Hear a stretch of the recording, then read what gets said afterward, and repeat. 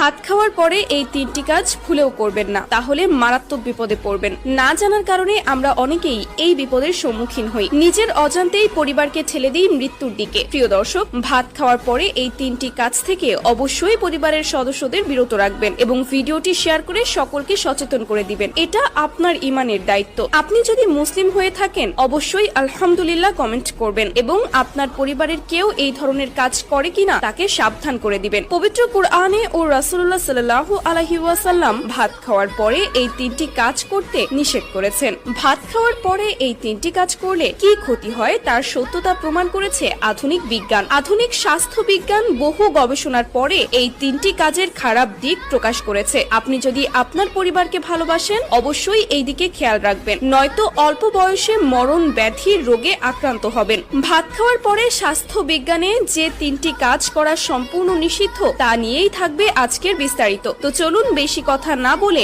জেনে আসি ভাত খাওয়ার পরে কোন 3টি কাজ করতে নেই। 1 নম্বরে, খাওয়া দাওয়া শেষে গোসল করা।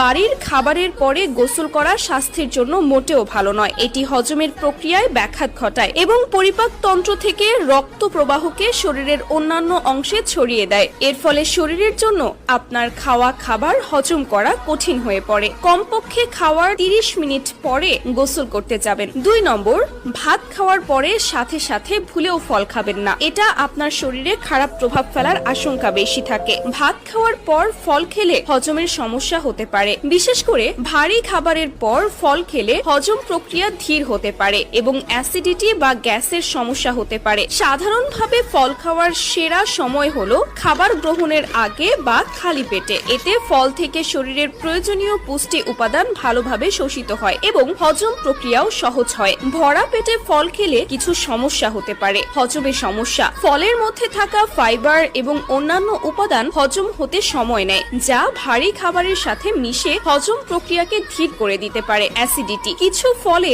অ্যাসিডের পরিমাণ একটু বেশিই থাকে, যা ভরা পেটে খেলে অ্যাসিডিটি বা গ্যাসের সমস্যা তৈরি করতে পারে। পুষ্টি শোষণ কমে যাওয়া, খাবারের সাথে ফল খেলে ফলের পুষ্টি উপাদান ভালোভাবে শোষিত হতে পারে না। 3 নম্বরে, ভাত খাওয়ার পরে ভুলেও ধূমপান করবেন না। অনেকেই না জেনে ভাত খাওয়ার পরে ধূমপান করেন, যা আপনার